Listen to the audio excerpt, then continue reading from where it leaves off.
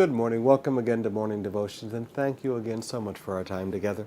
I want to talk with you about one simple thought today: the compassion of Christ. Some of you really hurt right now. Some of you, sickness, pain, disease has hurt you and has hurt you for a very, very, very long time. It did with these two blind men just outside of Jerusalem. We find the story beginning in chapter 20, verse 29. Jesus and his disciples were leaving Jericho. That's way down at the bottom of the mountain before you begin the trek up the mountain to Jerusalem. And two blind men were sitting by the roadside. Now Jesus is on his way to die. It's that time. Everything in his life had pointed to these days. And everything stopped in the plan of salvation because two men cried out, "Lord, have mercy on us." They didn't cry out with some great, confession of, "You are the healer with healing in your wings," and confess the promises of God for 30 minutes. They cried out, honestly, the most common prayer in the Bible, a cry for mercy.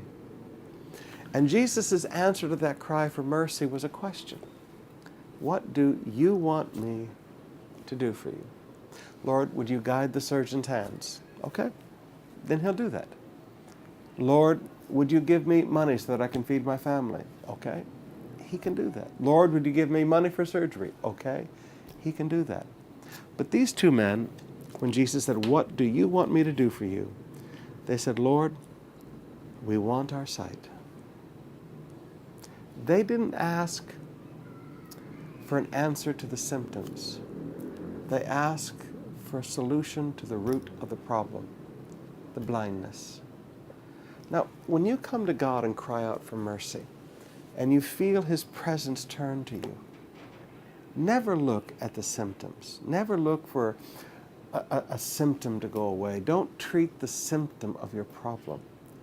Look at what has caused all of this pain in my life. What is the root? And ask Jesus to deal with the root of the problem.